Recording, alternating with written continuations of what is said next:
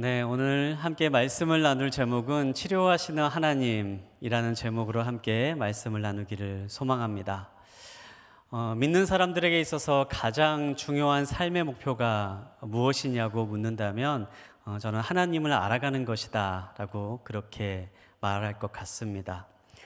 믿는 사람들은 매일매일 신앙의 발걸음의 삶의 목표가요, 하나님을 알아가는 데 있습니다. 우리가 하나님을 오랫동안 예수님을 믿었다고 해서 또 오랫동안 신앙생활을 하고 또 교회를 다녔다고 해서 우리가 다 온전히 하나님을 아는 것은 아닙니다. 어쩌면 우리가 일평생 하나님과 함께 동행하는 삶을 살아간다 할지라도 우리는 하나님을 다 알지 못합니다. 하루하루의 삶을 하나님과 함께 동행하며 계속해서 살아나가면서 또 하나님의 놀라운 능력을 체험하기도 하고 또 하나님의 말씀을 듣고 깨달음도 얻곤 하지만 그렇다고 해서 우리가 하나님을 온전히 다 알 수는 없습니다. 우리의 일평생에 걸어가는 길이 바로 이 하나님을 알아가는 길이고요. 우리가 일평생에 그리스도인의 삶의 목표가 하루하루 하나님을 알아가고 또 예수 그리스도를 닮아가는 그러한 길에 있음을 고백합니다.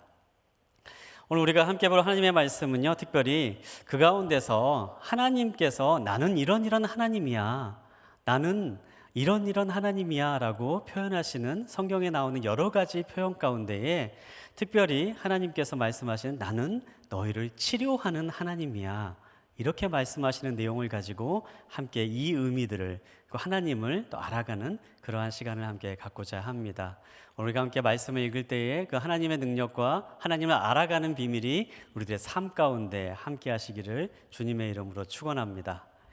오늘 26절에 있는 말씀 우리 한 번 더 함께 읽어보도록 할까요? 함께 읽겠습니다. 26절입니다. 그분은 말씀하셨습니다. 너희가 너희의 하나님 여호와의 음성을 잘 듣고 나 여호와가 보기에 옳은 일을 하며 너희가 계명에 귀를 기울이고 그 모든 규례를 지키면 내가 이집트 사람들에게 내린 질병 가운데 어느 하나도 너희에게 내리지 않겠다. 나는 너희를 치료하는 여호와다. 나는 너희를 치료하는 여호와다 라고 성경에서 분명히 하나님께서 우리에게 말씀하고 계십니다. 나는 너희를 치료하는 하나님이야 라고 이렇게 말씀하시는 이 본문의 말씀을 드시면서요, 처음 여러분의 마음 가운데 떠올리는 장면은 어떠한 내용입니까? 하나님이 우리를 치료하신다라고 하는 이 말씀을 들을 때에 가장 먼저 우리가 떠올릴 수 있는 한 가지 장면은 아마 우리의 병을 치료하시는 그런 하나님의 모습을 떠올리기 쉬울 겁니다. 우리의 연약함을 고치시고 병든 자를 고치시고 또 우리가 질병 가운데 있을 때, 고통 가운데 있을 때 우리가 하나님 앞에 간절히 기도하고 예수의 이름으로 기도하며 나아갈 때 하나님께서 우리의 기도를 들으시고 우리의 모든 질병을 치료하시는 줄 믿습니다. 네, 성경에서도 분명 신약 성경을 보면요, 예수님께서 이 땅에서 사역하셨던 많은 사역 가운데에 굉장히 중요한 사역 가운데 하나가 이 병 고치는 사역이셨어요. 실제로 많은 병든 자를 고치셨고, 눈먼 자를 고치시고, 걷지 못한 자를 고치시고, 중풍병자를 고치시고, 열병이 걸린 사람을 고치시고, 수많은 몸이 불편한 사람들이 예수의 이름 앞에 나와왔을 때에 병이 낫고 때로는 귀신이 쫓아나가는 그러한 역사들이 신약 성경 가운데 일어났습니다. 하나님은 우리의 병을 치료하시는 하나님이십니다. 하나님, 우리가 병들 때에 그분의 이름으로 기도하고 우리가 주님 앞에 치료를 위해 간절히 기도할 때에 우리의 모든 질병을 낫게 하시는 하나님이신 줄 믿습니다. 여러분, 병 가운데 있을 때에 하나님 앞에 기도하십시오. 예수의 이름으로 기도하십시오. 그럴 때 우리의 삶 가운데 병듦이 치유되는 역사가 있을 줄 믿습니다. 그런데 오늘 본문에 있는 말씀을 보면요, 나는 너희를 치료하는 여호와다 라고 하는 이 말씀에 나오는 의미가 단순히 우리가 병이 들었을 때에 우리의 병을 치료해 주시는 하나님이다, 이것만을 의미하는 건 아닌 것 같습니다. 만약에 이제 이 본문에 있는 말씀이 하나님께서 내가 너희가 병 들었을 때 너희를 치료해 줄 거야, 이 말씀을 하시기 위해서 이 내용을, 이 말씀을 하셨다면요, 당연히 이 앞에 나와 있어야 될 내용들이 병든 사람의 이야기가 나와야겠지요. 병든 사람이 있었고 병든 사람이 나은 일이 일어났을 때에 자, 보았지? 내가 너희를 치료하는 하나님이단다, 이렇게 말씀하시는 게 자연스러운 내용일 거예요. 그런데 본문에 있는 말씀을 보면요, 그렇지 않습니다. 하나님께서 나는 너희를 치료하는 여호와다라고 말씀하시는 이 장면에 나오는 이야기는요, 물을 바꾸시는 사건이에요. 마라라고 한 곳에 갔을 때 이스라엘 백성들이 쓴 물을 발견하게 되고, 이제 이것을 어떻게 해야 되나라고 이제 불평하고 불만했을 때에 하나님께서 그 쓴 물을 단물로 바꿔주셨다. 마실 수 있는 물로 바꿔주셨다. 이러한 역사를 행하신 이후에 본문에 있는 말씀이 바로 나는 너희를 치료하는 여호와다라고 그렇게 말씀하시는 것을 볼 수가 있습니다. 무엇입니까? 하나님께서 우리를 치료하신다라고 말씀하셨을 때 여기서 말씀하시고자 하는 그 치료의 행위 자체는요, 그냥 단순하게 질병을 낫게 하기는 그런 치료를 의미하지는 않는다라는 거예요.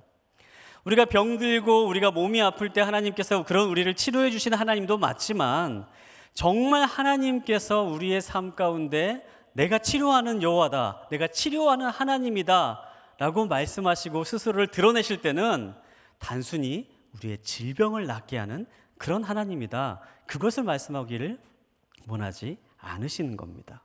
그것 이상의 의미를 가지고 있는 거죠. 하나님은요, 우리를 치료하시는 하나님이십니다. 하나님은 우리를 치료하시는 하나님이십니다. 그 치료는 단순히 우리의 육체적인 질병, 우리의 아픈 것만을 치료하시는 분이 아니십니다. 우리의 삶의 근원을 바꾸시는 분이시고요, 우리가 어떠한 상황과 처지 가운데 있다 할지라도 그것을 변화시키시고 바꾸어내시고 치료하시는 그러한 하나님이시라는 사실을 우리는 기억하게 되기를 소망합니다. 흔히 우리가 세상 살아가면서요, 이런 말 많이 듣습니다. 사람 잘 안 바뀌어. 그런 말 많이 듣죠. 사람 안 바뀐다. 그리고 사람 좀 표현이 좋지 않습니다. 사람 고쳐 쓰는 건 아니야. 이런 말도 이제 세상에서 흔히 하는 말이 있습니다. 그냥 살다 보면요, 어떤 사람이 실수하고 잘못하고 또 그 사람을 평가해서 그 평가의 기준이 못 미치면은요, 우리가 살아가는 세상은요, 그냥 그 사람 안 쓰면 되는 거예요. 그렇죠. 우리가 살아가는 세상은요. 우리가 살아가는 세상은요, 뭔가 좀 부족하고 잘 못하는 사람이 있고 성에 안 차는 사람이 있으면 그냥 포기해버리고 그냥 내쳐버리는, 우리가 살아가는 세상은 그러한 세상을 살아가고 있습니다. 제가 이 말씀 묵상하면서요, 제가 어렸을 때 제 마음 가운데 있었던 상처 하나가 생각이 났어요. 제가 이제 중학교 다닐 때요, 저희 다니던 학교에서 어느 날 발표회를 한다고 하는 거예요. 발표회를 한다고 하는데, 저는 이제 다른 이제 뭐 발표를 뭘 할 것인지 여러 가지 것 중에 저는 이제 다른 것을 이제 몇 개를 하게 돼가지고 이제 그 준비를 하고 있었는데, 갑자기 이제 한 친구가 합창단을 하는데 합창단에 한번 사람이 좀 부족하다고 한다, 합창단을 좀 같이 하면 좋겠다고 저한테 이렇게 제안을 하는 거예요. 그래서 나는 이제 합창단 안 하고 좀 더 다른 걸 하겠다 이렇게 얘기를 했는데, 그 친구가 계속 이렇게 고민하는 거죠. 같이 했으면 좋겠다고. 그래서 이제 마지못해 갔었어요. 그래서 이제 제가 이제 마지못해 갔으면은 그래도 이제 그 어려운 상황 가운데 왔으니까 좀 환대해주고 잘해줄 줄 알았는데, 갑자기 지휘자 선생님이 오디션을 봐야겠다고 저한테 그러시는 거예요. 그러면서 이제 앞에서 한번 해보라고 그러시는 거죠. 그래서 이제 저는 그냥 그 별로 준비도 하지 않고 그냥 가가지고 그 자리에서 이렇게 그냥 했는데요. 갑자기 저한테 딱 그러시는 거예요. 음정이 떨어져. 그러시는 거예요. 음정이 떨어져. 근데 저는 그 말이 되게 이제 상처가 되는 거예요. 내가 그냥 왔는데. 그런데 그래도 그냥 같이 하자고. 그래서 이제 같이 연습을 시작을 하는데요. 근데 연습을 할 때마다 이상하게 지휘자 선생님이 저를 쳐다보는 것 같은 거죠. 그래서 이제 연습을 할 때마다 계속해서 눈을 마주치면 꼭 저를 쳐다보는 것 같고, 그럴 때마다 계속 뭐 음정이 안 맞는다고 자꾸 다시 한번 해보자고 계속 그러시는 거예요. 이제 그러다가 이제 이번에 파트별로 해보자 그러고, 그러니까 제가 그때 테너를 하고 있었는데 이번 테너만 다시 한번 해보자고 또 그러시는 거죠. 그러다가 이제 테너 해다고 이제 또 안 고쳐지니까는 갑자기 이제 3명씩 불러보자 그러면서 점점점 저를 향해서 포위망을 좁혀오기 시작을 하는 거예요. 그렇게 이제 계속 그러다가 마지막에는 지휘자 선생님이 저랑 눈을 딱 마주치더니 하는 얘기가 그냥 립싱크를 하라고 저한테 그러시는 거예요. 뭐 저한테 지목은 안 했습니다. 저를 딱 쳐다보면서 그냥 입만 뻥긋거려 이렇게 얘기를 하는 거예요. 저는 그때 그게 얼마나 큰 상처가 되는지 아직까지도 굉장히 큰 상처로 남아 있습니다. 사실 제가 이제 목사로서 앞에 있다 보면 찬양을 해야 될 때가 참 많이 있습니다. 근데 전 찬양할 때마다 얼마나 두려운지 모르겠어요. 찬양하게 두려워하는 목사를 여러분은 보고 계십니다.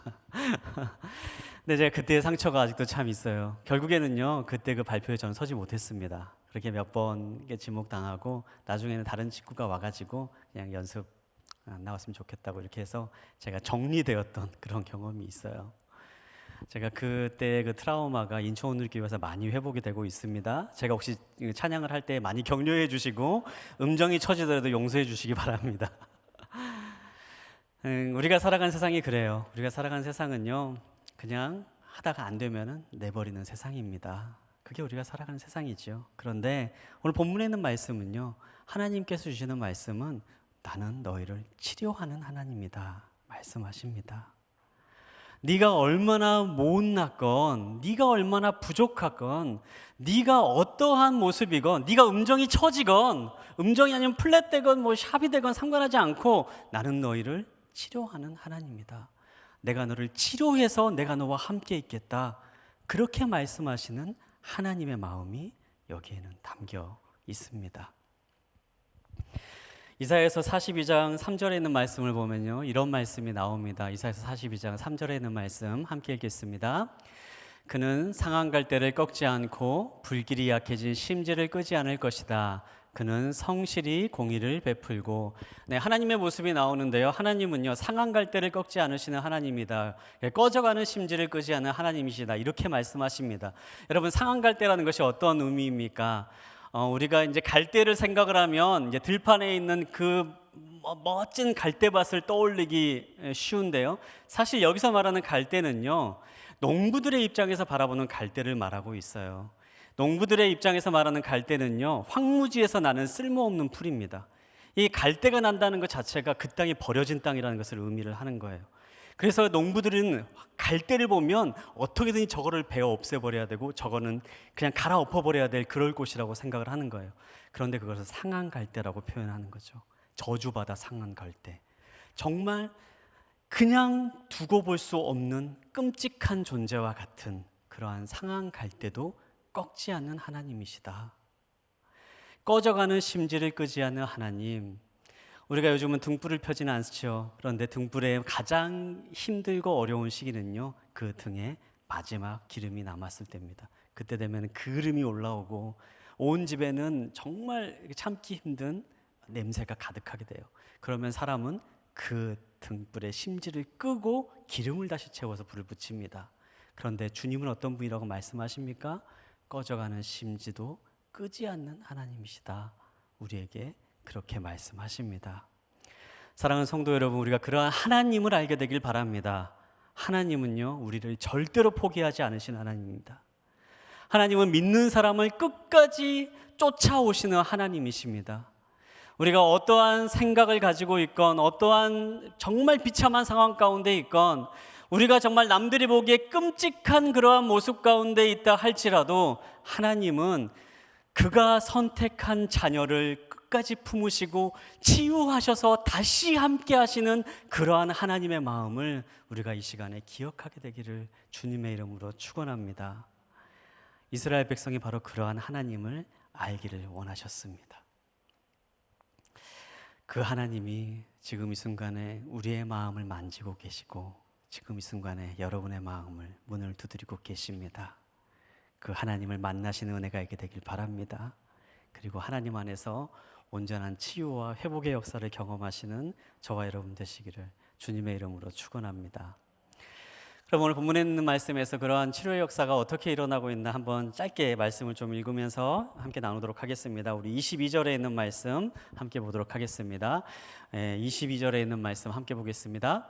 그 후 모세는 이스라엘을 이끌고 홍해에서 수르 광야로 들어갔습니다.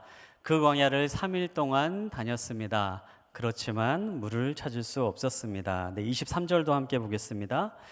그러다가 그들이 마라에 이르렀는데 그곳 물은 써서 마실 수 없었습니다. 그래서 그곳 이름을 마라라 했습니다. 네, 이스라엘 백성들이 이제 하나님의 인도하심을 받아서 이집트를 나오게 되었습니다. 이집트를 나오게 되면서 그들은 수많은 하나님의 기적을 체험합니다. 우리가 너무나도 잘 알다시피 이집트에 있는 10가지 재앙으로 이집트에 있는 파라오를 꺾으시고, 그리고 홍해 바다를 가르시고 이스라엘 백성들을 이집트에서 나오게 하십니다. 그리고 오늘은 바로 이 본문에 있는 장면은요, 바로 그 홍해를 건너고 난 바로 그 다음에 이어지는 장면입니다. 아마 이스라엘 백성들은요, 이 전까지 경험했던, 바로 계속해서 그동안 경험했던 하나님의 그 거룩한 일들, 하나님의 기적을 체험하면서 그들의 마음 가운데는 굉장히 흥분되어 있었을 것 같아요. 그랬겠죠. 정말 우리를 그동안 괴롭히던 이집트 땅에 그 정말 그들의 왕인 파라오가 굴복한 것을, 10가지 기적을 하나님의 행하신 걸 보고 굴복하는 것을 보았을 때에, 그리고 그들의 무적과 같은 군대가 홍해 바다에 휩쓸려 가는 것을 보았을 때에, 이스라엘 백성들은 그러한 하나님이 우리와 함께 하신다는 사실 때문에 굉장히 기쁘고 또 흥분되었을 겁니다. 기대하는 마음이 있었겠죠. 하나님이 이 다음엔 우리를 어디로 인도하실까? 이 하나님과 함께하면 이 다음에는 얼마나 좋은 일이 있을까? 그러한 기대하는 마음이 이스라엘 백성들의 마음 가운데 자연히 있었을 것입니다. 그런데 본문에 있는 말씀을 보면요, 그 후에 이스라엘 백성들이 간 곳이 어디였냐? 바로 광야로 들어갔다라고 그렇게 기록하고 있습니다.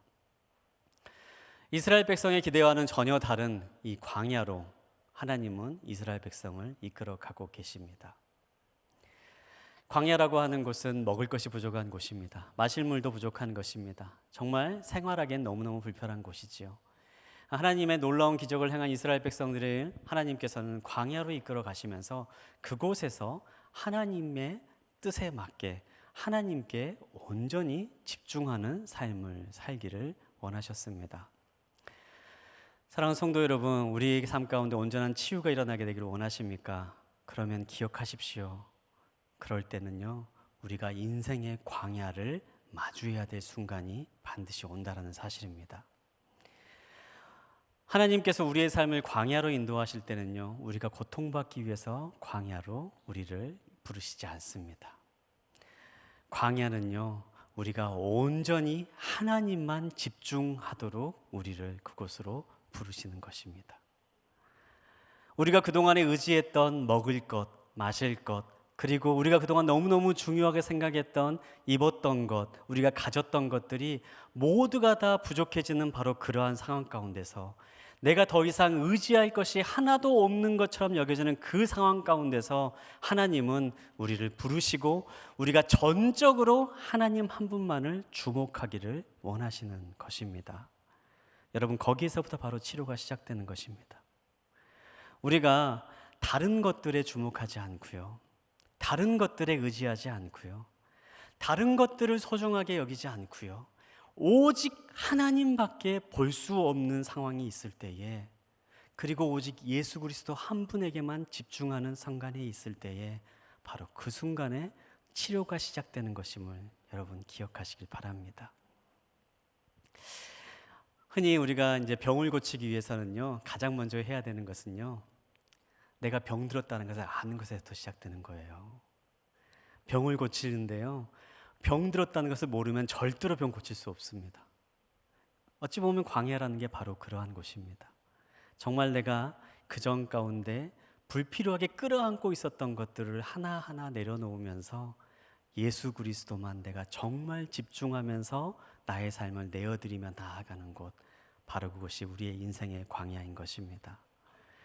우리의 인생의 광야의 모습은 참 다양하게 나타날 수 있습니다. 어떤 분에게는 병든 모습으로 나타날 수 있고요, 또 어떤 분들에게는 경제적인 어려움일 수도 있고, 또 어떤 분들에게는 자녀의 어려움일 수도 있고, 수많은 어려움의 모습으로 우리의 광야의 모습이 나타날 수가 있습니다. 하지만 기억하십시오. 그 순간에 예수 그리스도 한 분에게만 집중하시기 바랍니다.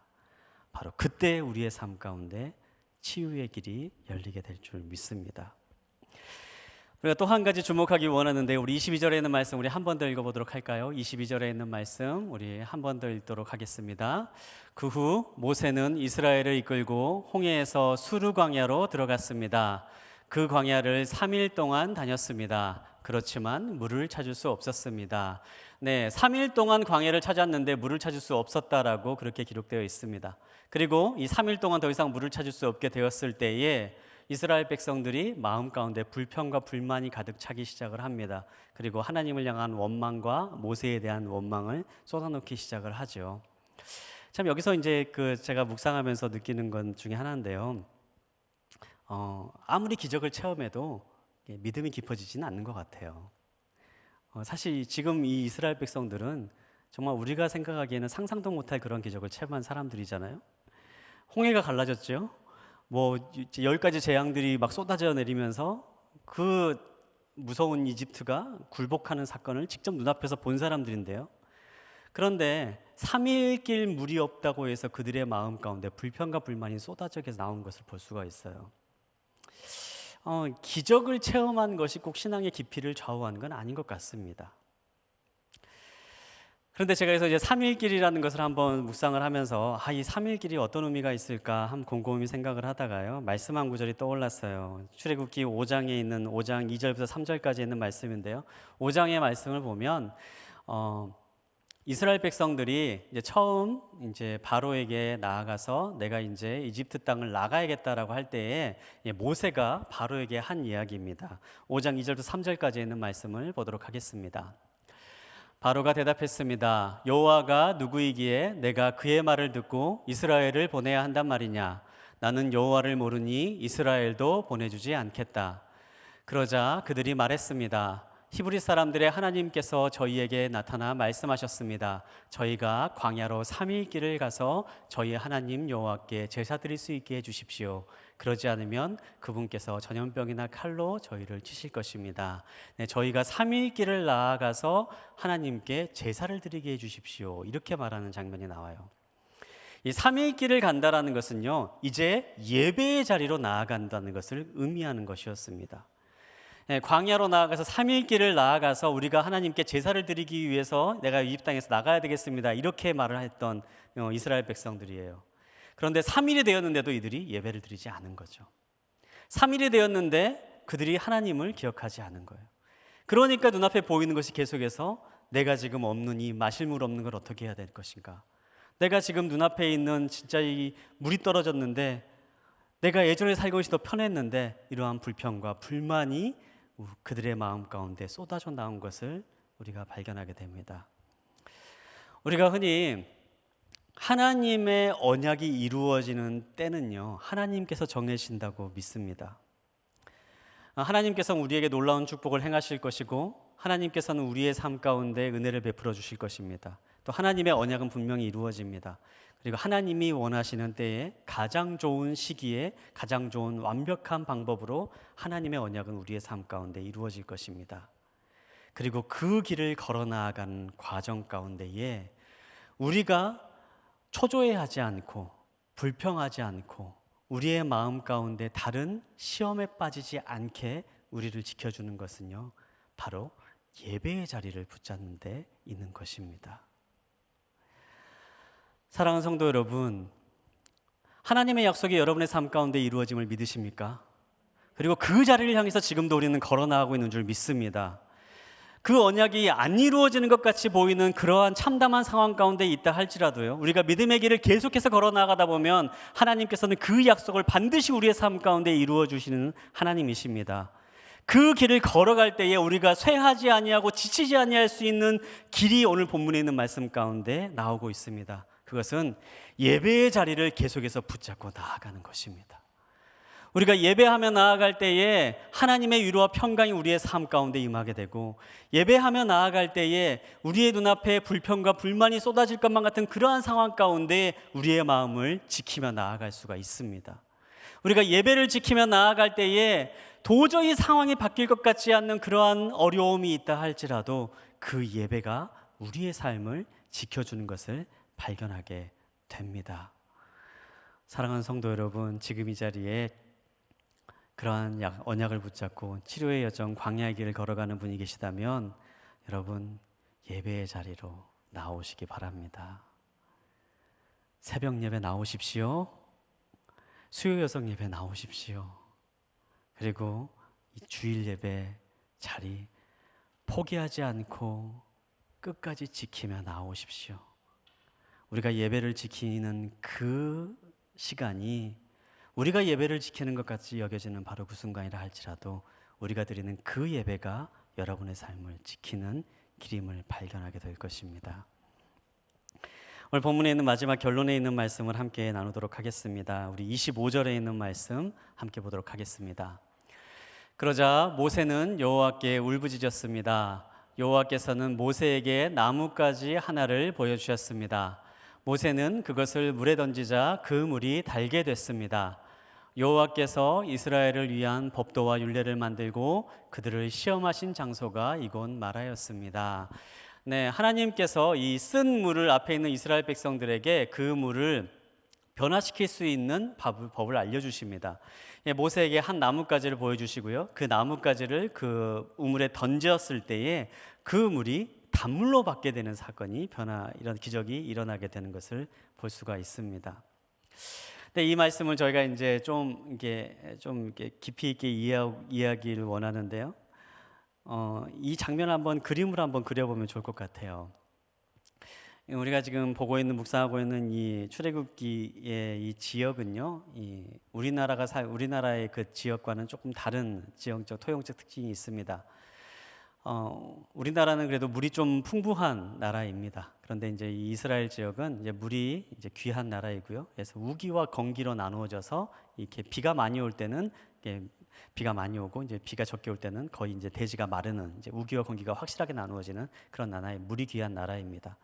그래서 이제 비가 많이 올 때는요, 물들이 이렇게 땅 강위를 흐르다가 비가 적게 오면 그 물들이 이제 지하수처럼 이렇게 딱 땅 밑에 스며들어요. 그러다가 이제 물들이 서로 이제 지하수처럼 계속 흐르다가 물과 물이 만나는 장소가 있으면 그곳에 이제 물이 솟아오릅니다. 그것이 이제 샘물, 또 오아시스 같이 이렇게 꾸려지는 것이죠. 그런데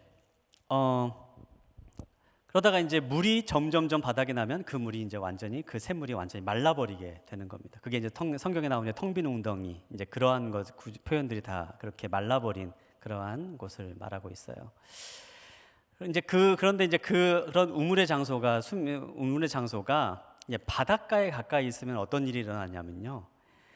이제 비가 많이 오면요, 민물이 흘러가지고 그 우물이 이제 민물이 샘솟아 오릅니다.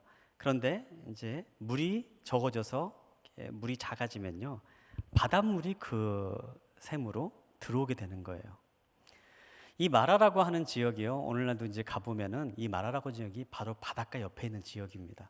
그래서 많은 이제 성서학자들은 이 여기에서 말하는 단물과 쓴물을 얘기하는 것이 단물은 마실 수 있는 민물을 말하는 거고 쓴물은 바닷물을 의미하는 거다. 이제 그렇게 얘기하고 있는 학자들이 있습니다. 근데 이제 지금 이제 물이 귀한 때라서 이제 바닷물이 샘물에 가득 차 있는 시기인 거죠. 그런데 이 하나님께서 말씀하십니다. 나뭇가지 하나를 던져라. 그러면은 그 물을 달게 변하게 될 것이다. 이 나뭇가지 하나를 던졌을 때에 이제 이것도 설명하는 학자들의 말에 의하면요, 그때 지하수가 터져 나오는 일이 있었을 것이다. 이렇게 설명을 해요. 이제 그렇게 그림을 그리는 겁니다. 그래서 이 우물을 가득 채우고 있던 쓴 물이 터져 나오는 지하수에 완전히 쓸려 나가게 되고 단물로 가득 채워지는 사건이 일어났을 것이다. 이제 그렇게 이 사건을 설명합니다. 저는 이 사건을 바라볼 때에 우리들의 삶의 변화가 어떻게 일어났는가를 묵상해 봅니다. 이 나뭇가지는 예수 그리스도의 십자가를 상징합니다. 여러분, 우리의 삶 가운데 예수 그리스도의 십자가를 품고 던지면요, 우리의 삶의 중심에서 생명의 샘물이 터져 나오는 거예요. 그래서 우리의 마음 가운데 있는 모든 쓴 물들이 쓸려 나가는 겁니다. 그리고 우리의 삶이 예수 그리스도로부터 임하는 생명의 물로, 단물로 가득 채워지면서 우리가 영적인 변화를 겪게 되는 거죠. 사실 저는 이 말씀을 묵상할 때마다 참 계속해서 하나님 앞에 기도하고 의지할 수밖에 없는 제 자신을 발견합니다. 저희 집에는요 5살 된 남자아이가 한 명 있습니다. 아이들을 키워보시는 분들은 알겠지만 5살 되기 시작하면요 아이들이 말을 안 듣습니다. 하루는 이제 제가 집에 갔는데요. 집에 가서 제 방에 딱 들어갔는데 책상 위에 항상 있었던 키보드가 안 보이는 거예요. 아니 뭔가 일이 있구나 생각을 해서 화장실에 가보니까 화장실 세면대에 키보드가 있는 겁니다. 아들에게 물었습니다. 어찌된 일이냐? 키보드가 더러워서 물로 깨끗이 씻었답니다. 아빠 좋으라고. 제가 그 순간에 노트북을 안 씻는 게 얼마나 감사한 일인가 그런 생각을 했습니다. 그러한 일들이 그냥 매일매일 버라이어티하게 이 남자아이를 키우는 집에서 계속해서 일어나고 있습니다. 저는 분명히 제 아들을 굉장히 사랑합니다. 그리고 제가 아들을 키우면서 자녀를 위해서 부모가 자기 자신을 희생하는 일은 얼마든지 가능하다는 것을 저는 저 스스로를 보면서도 알게 됩니다. 그런데 그럼에도 불구하고 가끔씩 제 마음 가운데 솟아오르는 분노와 제 마음 가운데 솟아오르는 그런 욱한 화난 감정들을 주체하지 못할 때가 종종 있습니다. 그건 어쩔 수 없는 것 같아요. 제가 그냥 아들을 사랑한다고 하고 그 사랑이라고 하는 강력한 감정을 제가 가지고 있음에도 불구하고 때로는 내가 다른 곳에서 겪었던 내 마음 가운데 있는 부정적인 생각들 때문에 그것이 제 아들에게 쏟아져 나갈 때가 종종 있는 것을 발견합니다. 제 마음 가운데 계속 쓴물이 있는 거죠.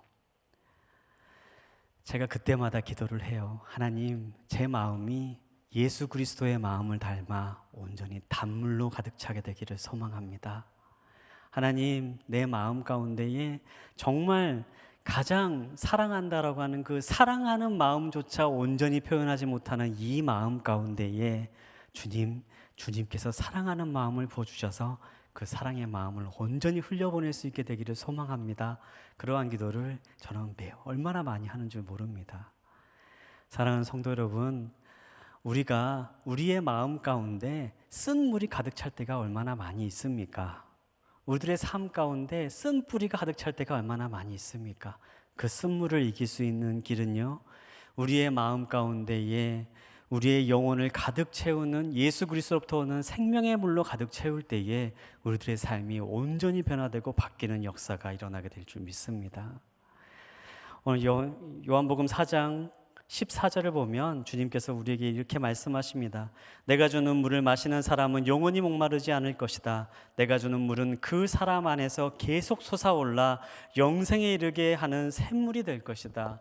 주님께서 우리의 마음 가운데 임하시며 우리의 마음 한가운데서 계속해서 샘솟는 물처럼 계속해서 영원한 생명의 샘물을 쏟아내시어 우리의 삶 가운데 있는 모든 거짓된 것, 악한 것, 분노와 증오와 모든 악한 헛된 쓴뿌리들을 깨끗이 씻겨가게 할 줄 믿습니다. 오늘 이 성경 본문에 나오는 마라의 본문처럼 우리가 온전히 변화되고 우리가 온전히 치료되고 하나님 보시기에 선하고 아름다운 하나님의 자녀다운 사람의 길로 우리를 그렇게 바꾸어 가실 줄 믿습니다. 사랑하는 성도 여러분, 우리가 그러한 하나님의 역사에 함께 되는 저와 여러분 되시기를 주님의 이름으로 축원합니다. 이 시간 우리 함께 기도하도록 하겠습니다. 이 시간에 저희가 함께 기도할 때에 우리 시간에 우리의 가슴에 손을 얹고 잠깐 함께 기도했으면 좋겠습니다.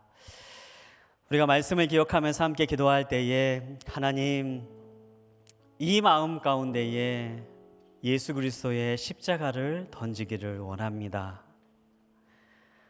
하나님, 이 마음 가운데에 주님의 십자가를 던지기를 원합니다.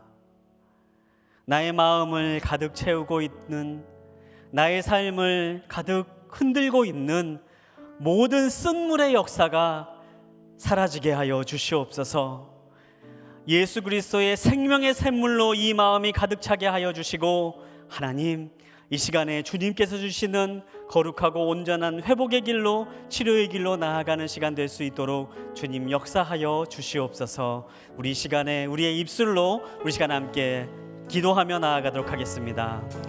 하나님, 이 시간에 우리가 기도하며 고백합니다. 하나님, 이 마음 가운데에 하나님 예수 그리스도의 십자가를 던지며 주님 앞에 간절히 구하며 나아갑니다. 하나님, 나의 삶을 변화시키는 하나님의 역사가 이 시간에 우리의 삶 가운데 온전히 일어나게 하여 주시옵소서. 하나님, 나의 삶 가운데 내가 원하나 주님 선을 행할 능력이 없고 내가 원치 않으나 악을 행하는 나의 삶의 모습을 발견합니다. 하나님, 나의 삶 가운데 아직까지도 가득 채우고 있는 죄악된 쓴물이 있음을 발견합니다. 누군가를 증오하는 마음이 있고 분노하는 마음이 있고 아직까지도 쓴뿌리가 이 마음 가운데 있는 것을 발견합니다.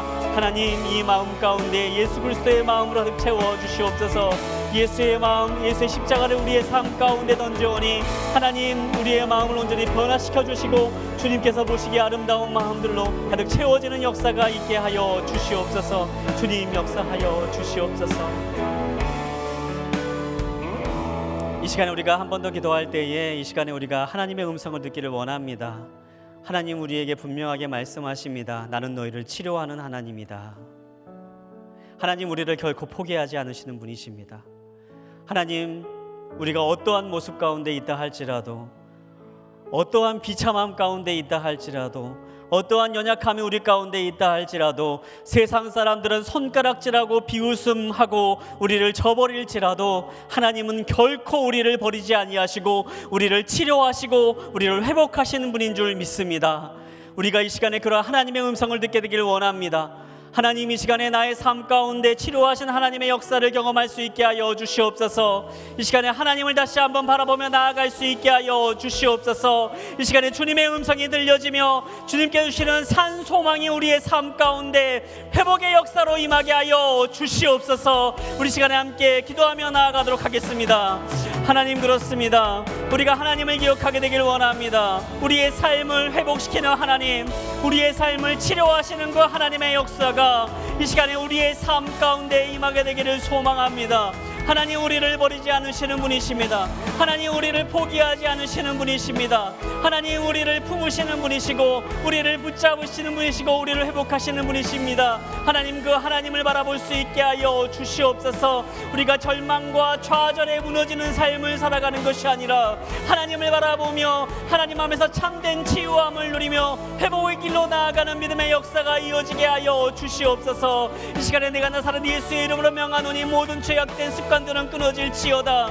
나사렛 예수의 이름으로 명하노니 모든 죄악된 마음들은 떠나갈지어다. 이 시간에 절망 가운데 있는 자에게 산 소망이 되어주시고 하나님, 이 시간에 하나님 안에 주는 참된 회복이 이 시간에 우리의 심령마다 일어나게 하여 주옵소서. 이 시간에 주님 말씀하여 주시옵소서. 내가 너를 치료하는 하나님이야, 내가 너를 회복시키는 하나님이다 말씀하시는 그 음성이 들려지는 아버지, 이 시간 될 수 있도록 주님 함께하여 주시옵소서. 살아계신 하나님, 이 시간 우리가 말씀을 기억하며 우리의 삶 가운데에 이 하나님의 역사를 체험하고 알을 수 있게 되기를 소망합니다. 세상에 있는 모든 사람들이 우리를 버리고 평가할지라도 하나님은 우리를 품으시는 분이시고 우리의 연약함과 우리의 죄악과 우리의 썩어져가는 것들까지도 치유하셔서 함께 하시는 하나님인 줄 믿습니다.